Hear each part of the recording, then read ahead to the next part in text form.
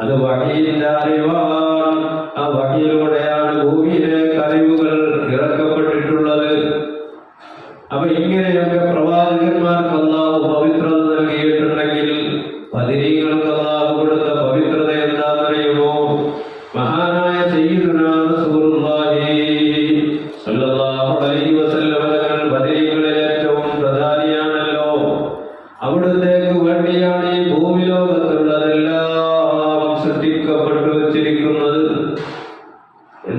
മഹദിയായ ആസിയ ബീവി റളിയല്ലാഹു അൻഹാ ക്രൂരനായ ഫറോവയുടെ ഭാര്യയായിരുന്നിട്ട് പോലും ഒരു നേരത്ത് പോലും ആസിയ ബീവിയുടെ ശരീരത്തിൽ സ്പർശിക്കാൻ, തനിക്ക് ഏറ്റവും സ്നേഹനിധിയായ ഭാര്യയുടെ ശരീരത്തിൽ ഒന്ന് തലോടാൻ ഫറോവക്ക് സാധിക്കാതെ പോയത് എന്തുകൊണ്ടാണ്? അതിനു പിന്നിൽ അല്ലാഹു ഒരു രഹസ്യം മറച്ചു വെച്ചിട്ടുണ്ട്. നാളെ സ്വർഗലോകത്തെത്തുമ്പോൾ അവിടെ 3 വിവാഹങ്ങൾ നടക്കാനുണ്ട്. ഒന്ന് മഹദി ആസിയ ബീവി റളിയല്ലാഹു അൻഹാ, രണ്ടാമത്തത് മറിയം ബീവി റളിയല്ലാഹു അൻഹാ, മൂന്നാമത്തത് ഉമ്മുൽ മുഅ്മിനീൻ മഹദിയായ ഖദീജത്തുൽ കുബ്രാ. ഇങ്ങനെ 3 പേരുടെ വിവാഹം നാളെ സ്വർഗത്തിൽ വെച്ച് നടത്തപ്പെടുകയാണ്. അല്ലാഹു അതിൽ പങ്കെടുക്കാനുള്ള സൗഭാഗ്യം നമുക്കൊക്കെ പ്രദാനം ചെയ്യട്ടെ. അപ്പൊ ആസിയ ബീവി റളിയല്ലാഹു അൻഹയെ മുത്തുനബി തങ്ങൾക്ക് വേണ്ടി അല്ലാഹു കണക്കാക്കി വെച്ചതാണ്. അതിൽ സ്പർശിക്കാൻ ഫറോവയ്ക്ക് അധികാരം കൊടുത്തില്ല.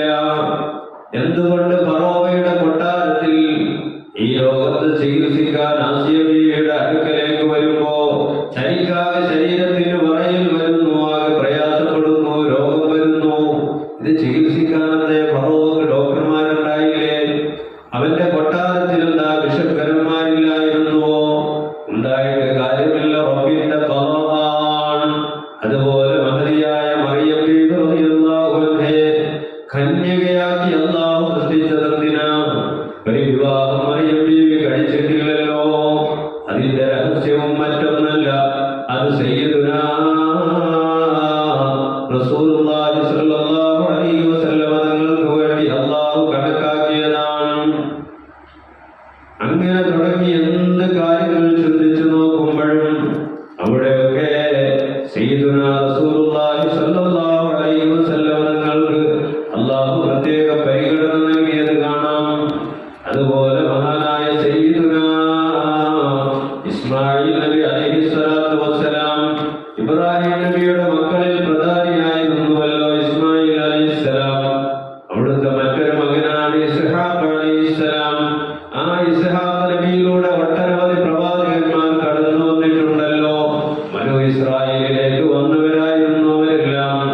എല്ലാ ഏകദേശ നബിമാരും അതിനുശേഷം വന്ന നബിമാരൊക്കെ ഇസ്ഹാഖ് നബി അലൈഹിസ്സലാത്തു വസ്സലാമിന്റെ സന്താന പരമ്പരയിലൂടെ കടന്നു വന്നപ്പോൾ സയ്യിദുനാ ഇസ്മാഈൽ അലൈഹിസ്സലാത്തു വസ്സലാമിനെയും മഹദിയായ ഹാജറ ബീവിയെയും ആരോരുമില്ലാതെ, ഒരു തണലില്ലാതെ, ഒരു സഹായത്തിനാളില്ലാത്ത വിജനമായ മരുഭൂമിയിൽ മഹാനായ ഖലീലുള്ളാഹി ഇബ്രാഹിം അലൈഹിസ്സലാത്തു വസ്സലാം കൊണ്ടുചെന്നാക്കിയെങ്കിൽ അതിന്റെ രഹസ്യമെന്താണ്?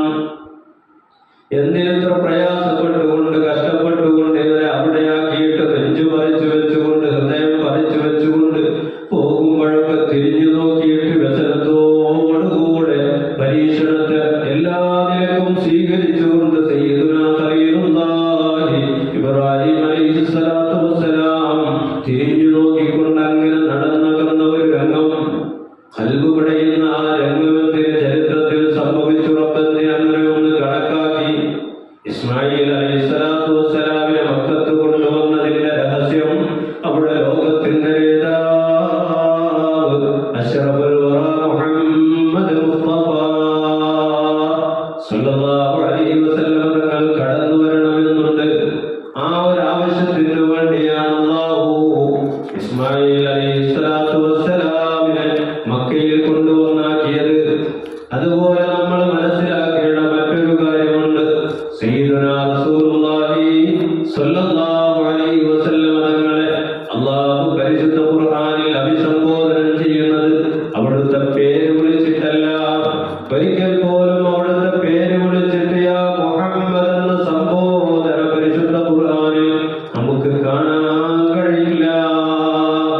ത്വാഹ എന്ന് കാണാം, യാസീൻ എന്ന് കാണാം, യാ അയ്യുഹൻ നബിയ്യു എന്ന് കാണാം. ഇങ്ങനെ പല നിലക്ക് പരിശുദ്ധ റസൂലുള്ളാഹി സ്വല്ലല്ലാഹു അലൈഹി വസല്ലം തങ്ങളെ സംബോധന ചെയ്ത പല ചറപ്പ് ആഖിറ ലോകത്ത് വരുമ്പോൾ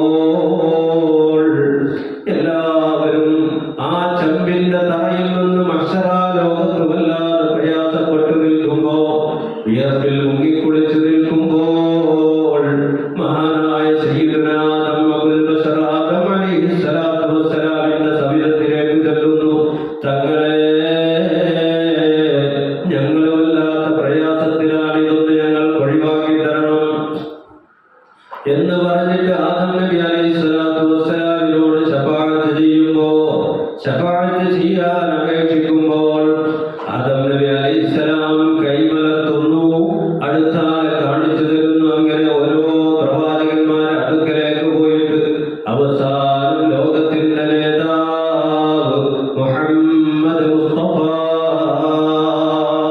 സല്ലല്ലാഹു അലൈഹി വസല്ലം തങ്ങളുടെ സവിധത്തിലേക്ക് ചെല്ലുന്നു. ആ പോകുന്ന കൂട്ടത്തിൽ ഉത്ബത്തുണ്ട്, ശൈബത്തുണ്ട്, അബൂജഹലുണ്ട്, അബൂലഹബുണ്ട്, എല്ലാവരും ഉണ്ട്. അങ്ങനെ ചെന്നിട്ട് മുത്തനബി തങ്ങളുടെ മുന്നിൽ ചെന്നിട്ട് മുത്തനബി തങ്ങളോട് ആ പറയുന്നത് അങ്ങൊന്ന് ശഫാഅത്ത് ചെയ്യണം, നരകത്തിലേക്കാണെങ്കിൽ പോലും ഞങ്ങൾക്ക് സമ്മതമാ എന്ന് പറഞ്ഞിട്ട് അവിടെ നിന്ന് ഒഴിവാക്കി കൊടുക്കാൻ വേണ്ടി പറയുന്ന ഒരു രംഗമുണ്ട്. അങ്ങനെ ശഫാഅത്ത് ചെയ്യാൻ വേണ്ടിയിട്ട് മുത്തനബി തങ്ങൾ റബ്ബിന്റെ മുന്നിലേക്ക് സുജൂദിലേക്ക് വീഴുമ്പോൾ അവിടെ അല്ലാഹു സംബോധന ചെയ്യുന്ന ഒരു വിളിയുണ്ട്. എന്താണെന്നറിയുമോ? യാ മുഹമ്മദു, ഓ മുഹമ്മദേ സല്ലല്ലാഹു അലൈഹി വസല്ലം, ഓ മുഹമ്മദേ സല്ലല്ലാഹു അലൈഹി വസല്ലം, ഇർഫഅ റഅസക സൽ തുഅത, ഓ മുഹമ്മദേ സല്ലല്ലാഹു അലൈഹി വസല്ലം, നിങ്ങൾ ചോദിച്ചു കൊള്ളുക, അങ്ങേക്ക് എന്തു വേണം, ഞാൻ തരാമല്ലോ എന്നല്ലാഹു സംബോധന ചെയ്യുന്ന ഒരു രീതിയുണ്ട്. അവിടെ മുഹമ്മദായി സല്ലല്ലാഹു അലൈഹി വസല്ലം. മുത്തനബി തങ്ങൾക്ക് നുബുവത്ത് ലഭിക്കുന്നത് 40 വയസ്സിലാണ്. 40 വയസ്സിൽ നുബുവത്ത് ലഭിക്കുന്നത് വരെ മുഹമ്മദാണ്, മുഹമ്മദാണ്, മുഹമ്മദാണ് സല്ലല്ലാഹു അലൈഹി വസല്ലം. ആമിന ബീവിയുടെ മടിത്തട്ടിൽ കിടന്ന മുഹമ്മദിന് സല്ലല്ലാഹു അലൈഹി വസല്ലം എന്തെങ്കിലും ന്യൂനതയുണ്ടെന്ന് നമ്മൾ വിശ്വസിച്ചാൽ നമ്മൾ ദീനിന്റെ പടിക്ക് പുറത്താ. ആ മുത്തനബി തങ്ങൾക്ക് വേണ്ടിയിട്ടാണ് ഈ ലോകത്തെല്ലാം സംവിധാനിച്ചു വെക്കപ്പെട്ടത്. നമ്മൾ ആലോചിച്ച് നോക്കാൻ നബിതങ്ങളാണ് ബദരീങ്ങളിൽ ഏറ്റവും പ്രധാനിയായിട്ടുള്ളത്. അതുപോലെ തന്നെ ബദറിന്റെ രണാങ്കണത്തിലെത്താതെ, ബദറിന്റെ ആ ഒരു ബദറിന്റെ രണാങ്കണത്തിൽ പ്രവേശിക്കാതെ, യുദ്ധത്തിൽ പങ്കെടുക്കാതെ ബദറിന്റെ ശ്രേഷ്ഠത ലഭിച്ചൊരു സഹാബിയുണ്ട്. ആരാന്നറിയുമോ? മഹാനായ സയ്യിദുനാ ഉസ്മാൻ ഇബ്നു അഫ്ഫാൻ. നമ്മളിപ്പോ ചൊല്ലിയില്ലയോ? ലാ ഇലാഹ ഇല്ലല്ലാഹു, ലാ ഇലാഹ ഇല്ലല്ലാഹ്, ലാ ഇലാഹ ഇല്ലല്ലാഹു മുഹമ്മദുർ റസൂലുള്ളാഹ്.